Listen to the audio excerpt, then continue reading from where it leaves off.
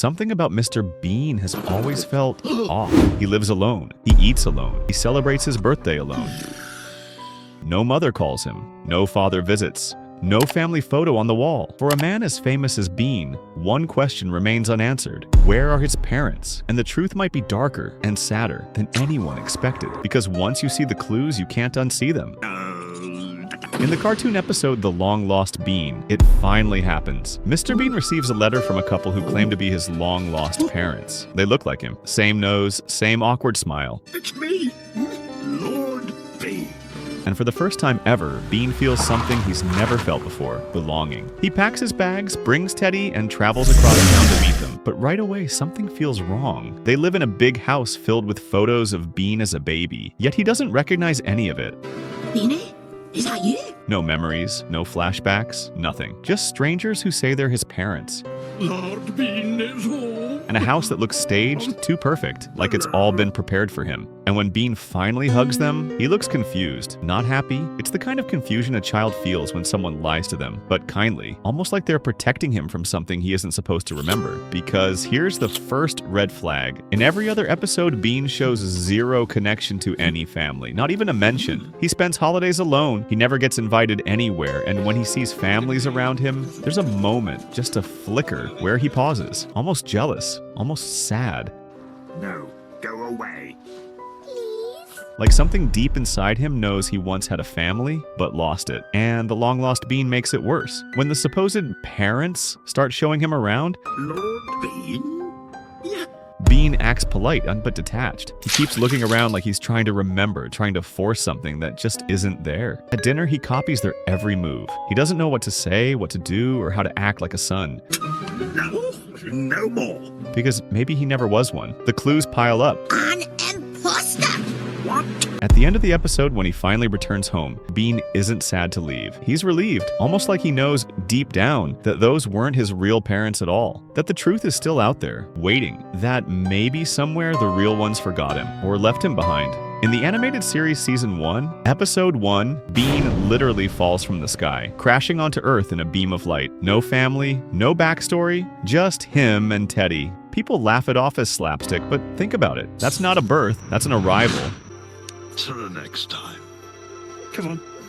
And if the long-lost Bean proves anything, it's that Bean doesn't belong here. Even when he tries to find family, it never fits. He's a puzzle piece from another box. But let's look at the timeline. If Mr. Bean was supposedly born in the 1950s, which the creators once hinted, his cartoon parents would be well into their 70s. Yet in the long-lost Bean, they look barely older than him. Same eyes, same wrinkles, same clothes even, almost like clones. Oh, yes. And when he visits, every photo in the house shows a version of Bean that doesn't exist. Different outfits, different eras, not family photos, fabrications. So what's really happening? What if those weren't his parents at all? What if they were replacements? Ma! It's me, Beanie! A couple hired or created to keep him calm, to trick him into believing he wasn't alone? Dinner at eight. Crumbles! Because if you notice, the whole episode plays out like a dream. Soft lighting, strange pacing, a surreal calm. It feels less like a reunion and more like a memory Bean wishes were true. And there's something else. Throughout the series, Bean constantly tries to fill emotional gaps. He treats Teddy like a living thing, his only family. He celebrates Teddy's birthday, makes food for him, talks to him like a parent would. That's not comedy. That's coping. He's not childish. He's compensating, replacing a love he never had. Psychologists call it displaced attachment. When someone loses their parents too early to remember, their brain finds substitutes, objects, pets, imaginary friends. Teddy isn't just a toy, he's a trauma response. A stand-in for the parents Bean never had the chance to know. And when you rewatch the show with that in mind, it all clicks. The loneliness, the awkwardness, the confusion about how to act around people. He's not rude, he's socially untrained. He's not weird, he's wounded. Everything he does, and from eating alone to talking to his teddy bear, screams of a man raised without love or guidance. Even in Mr. Bean's holiday, there's a subtle hint. He travels across Europe, meeting strangers, craving connection. But every time he gets close to someone, he sabotages it, almost like he's terrified of being abandoned again. And when he wins the camcorder at the start, he immediately starts filming himself. That's not narcissism, that's documentation. He's recording proof of his own existence, something no parent ever did. So what really happened? What if Bean's parents didn't die? They forgot him, left him somewhere, an orphanage, hospital, and whatever happened after, his mind buried it.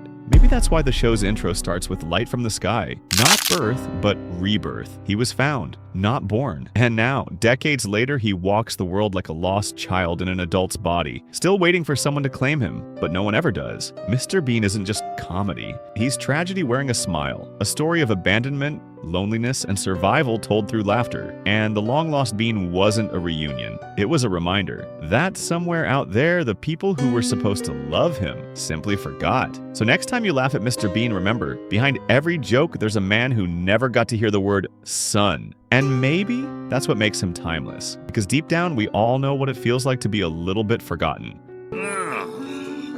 Please don't scroll away.